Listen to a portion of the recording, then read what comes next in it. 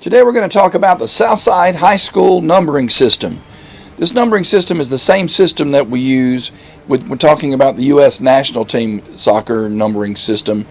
This helps the kids if they're being recruited, or also if they can actually, play on a competitive club. Our numbering system allows for a common and consistent language for addressing player roles. A team's system and individual roles should account for the unique qualities of the players. Different countries use slightly different systems of numbering. For instance, in Great Britain, 9s and 10s are used interchangeably, and the back numbers are sometimes reversed as well. In our system, our main system is the 4-3-3. Now, we're going to go into intense detail on that when we talk about player roles. But for this part, you'll need to know there are 3 forwards, 3 midfielders, and 4 backs, and 1 goalkeeper, of course.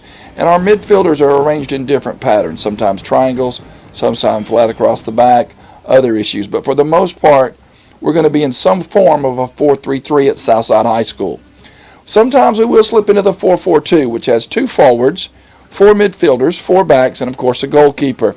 The 2 forwards may be twin 9 roles, which are basically 2 attacking forwards. But often we'll use a 9 high and a 10 underneath, linking the midfielders even further with the shooting forward or the target striker. There are 4 backs, and these backs have varying roles. In the 3-5-2, we have 2 forwards and 5 midfielders. The big difference is the 3 backs are all true center backs. They don't play a large role in the attack. In reality, it's similar to the outside wings already coming up, and that's what the extra midfielders for, and you have the 2 outsides. But nonetheless, it is a formation that we may see some, mainly in some of our opponents. A 4-2-3-1 is a variation of our base 4-3-3.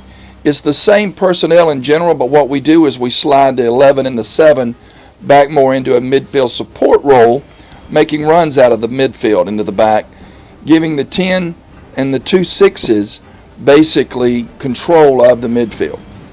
And that's it's a good formation to be in when you're down, for instance. In typical roles in our 4-3-3, we have the number 9, who is to score goals, provide a high passing option, play with their back to the goal, hold the ball to allow teammates to advance. These number 9s are usually the team's top scorers, 9s and 10s. They hold the ball to allow teammates to advance, threaten spaces behind the lines, win air balls, flick-ons, and shots, and more importantly, also help steer the defense. Typical roles for the 7 and the 11, they provide width in the attack. They threaten spaces behind the back line. They attack flanks and serve balls centrally. They cut inside with the ball to score or pass. They defend wide spaces. They protect the wide backs as well, and they press the ball to again help steer the opponent's attack. This is important. The typical role for the number 10 is to link the midfield with the forwards. He's the playmaker on the team. Some people say the quarterback. I like to refer to a sweeper as the quarterback if your team has a sweeper. They possess and distribute the ball. They play through balls for the number 7, 9, and 11. They dribble to beat the defenders or create passing options. They help defend the center of the field. Often you hear people telling the 10 to give up the ball when really he's creating space. The 6 is the holding midfielder. Primarily defensive, they win possessions, interceptions, and tackles. They pressure the ball to deny penetration, occupy space between backs in the midfield, screen opposing forwards, delay or destroy opponent counterattacks, and they pivot to support the change point of attack. Some formations have 2 6s, for instance. The typical roles in the 2 and the 3, they defend wide attackers and deny crosses. They provide cover for the number 4, the 5, the 7, or the 11. They provide balance on the back line's weak side. They help build possession out of the back. They get forward in the attack, and they support our overlap. In our aggressive form of the 4-3-3, we're going to use the 2s and 3s tremendously, creating overlapping opportunities and then rotating back on the backside. The typical roles for the 4, the 5, also almost twin center backs. They deny the opponent's scoring chances. They defend the opposing forwards, especially number 9. They provide cover for each other. And number 2, 3, and 6. They intercept passes, win tackles and air balls. They help build out of the back or connect long passes. They provide deep support for teammates in the possession.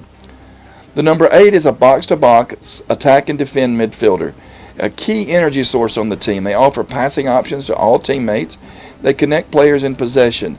They defend the center of the field, pressure the ball, and cover for teammates, especially 10 and 6.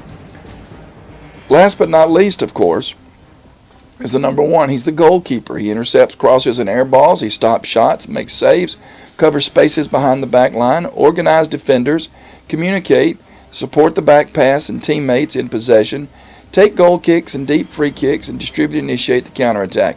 Every player on our team should be in both the attacking mode and defensive mode at certain parts of the game. I love to see backline people score. I love to see forwards hustle back and create a tremendous amount of pressure up front, which will help on the defensive side. That concludes our numbering system here at Southside Video. If you have any questions,